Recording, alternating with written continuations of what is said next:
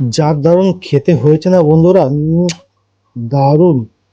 তো বন্ধুরা, আজকে হবে সজনে ডাঁটা দিয়ে মাছের ঝাল। এখানে আছে সজনে ডাঁটা, মাছ, আলু, টমেটো অ্যান্ড এখানে কাঁচা লঙ্কা।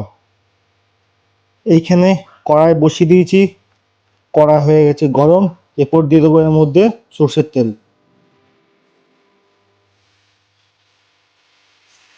এরপরে মাছটাতে হলুদ দিয়ে ভালো করে মেখে নেবো।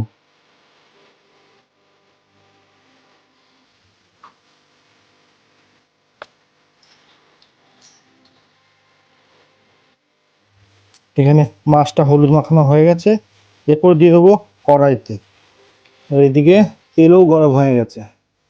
এরপরে মাছটা এর মধ্যে দিয়ে দিই।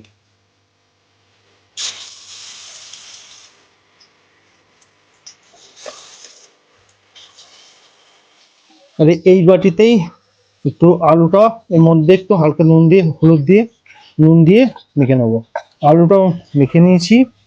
এরপরে মাছটাকে হালকা হালকা করে উল্টে দেবো। ভালো করে মাছটা একটু ভেজে নিতে হবে। মাছটা করে ভাজা ভাজা হয়ে গেলে নামিয়ে নেবো। মাছটা হয়ে গেছে ভাজা। এরপর আস্তে আস্তে মাছটাকে নামিয়ে নেবো। মাছ হয়ে গেছে ভাজা। এরপরে এই তেলের মধ্যে দিয়ে দেবো আলুগুলো। আলুগুলো হালকা করে ভেজে নেবো। হালকা একটু নেড়ে দিই। এই আলুগুলোকেও আস্তে আস্তে একটু লাল লাল করে ভেজে নেবো। আলুটাও লাল লাল করে ভাজা হয়ে গেছে।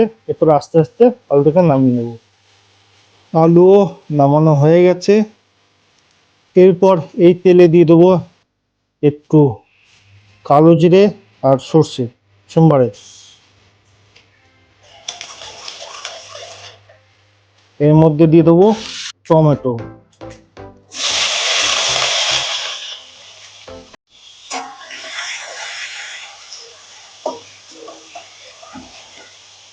টমেটোটা হালকা ভেজে নেবো। টমেটোটাও অলমোস্ট ভাজা হয়ে গেছে। এরপর এর মধ্যে দিয়ে দেবো 1 চামচ মতো শুকনো লঙ্কা, 1 চামচ মতো হলুদ গুঁড়ো আর 1 চামচ জিরে গুঁড়ো। এরপর একটু জল দিয়ে দেবো হালকা করে। আর সাথে দিয়ে দেবো একটু নুন, 1 চামচ মতো নুন যাবে। এরপর হালকা করে নেড়ে দেবো, দিয়ে হালকা হালকা করে একটু কষিয়ে নেবো। এর মধ্যে দিয়ে দেবো 3-4টে মতো কাঁচা লঙ্কা, দিয়ে হালকা হালকা নেড়ে নেবো। একটু কষিয়ে নিয়ে সজনে ডাঁটা আলুটা দিয়ে দেবো এর মধ্যে। এরপর এর মধ্যে দিয়ে দেবো ডাঁটা আর আলুটা, দিয়ে ভালো করে নেড়ে নেবো। সজনে ডাঁটা আলু দিয়ে একটু ভালো করে কষিয়ে নেবো অনেকক্ষণ। যতক্ষণ ভালো কষানো হবে তত যেটা খেতে টেস্ট হবে। এটা হচ্ছে পাতলা ঝোল হবে, বেশি গাঢ় হবে না। ডাঁটাটা অলমোস্ট কষানো হয়ে গেছে। এরপর দিয়ে দেবো এর মধ্যে একটু জল। একটু পাতলা জল ঝোল হবে যেহেতু, এটা পাতলা ঝোল খেতে খুব সুন্দর লাগে। তো বন্ধুরা, আমার রান্না তোমাদের কেমন লাগে তোমরা নিশ্চয়ই কমেন্টে জানিও। আর তোমরা জানিও নেক্সট ভিডিওতে আমি কি ধরনের রান্না করব। আমি চেষ্টা করব তোমাদের ধরনের রান্না বানাতে। এইখানে হয়ে গেছে তরকারিটা কষা। এরপরে এর মধ্যে দিয়ে দেবো জল।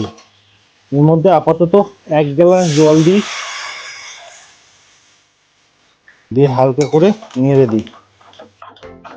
আর একটু জল লাগবে, আর ½ গ্লাস মতো জল দিয়ে দিলাম এর মধ্যে। এরপরে এটাকে যতক্ষণ না ফুটছে ততক্ষণ না মাছটা দেবো না। এটা ভালো করে ফুটে গেলে তারপর দেবো মাছ। তরকারির ঝোলটা ফুটে গেছে। এরপরে এর মধ্যে দিয়ে দেবো মাছগুলো। এরপরে হালকা হালকা নেড়ে দেবো এর মধ্যে।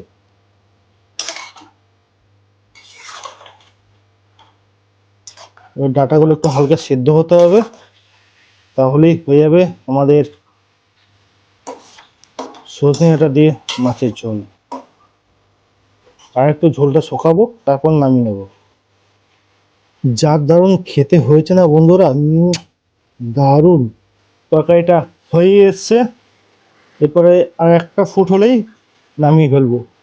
বন্ধুরা হয়ে গেছে মাছের ঝোলটা, এরপরে এটার মধ্যে গামলার মধ্যে ঢেলে নেবো। তো বন্ধুরা মাছের ঝোল নামিয়ে নিয়েছি, দেখতে পাচ্ছ কত সুন্দর একটা কালার এসছে। এবার শুধু খাওয়াটা বাকি আছে।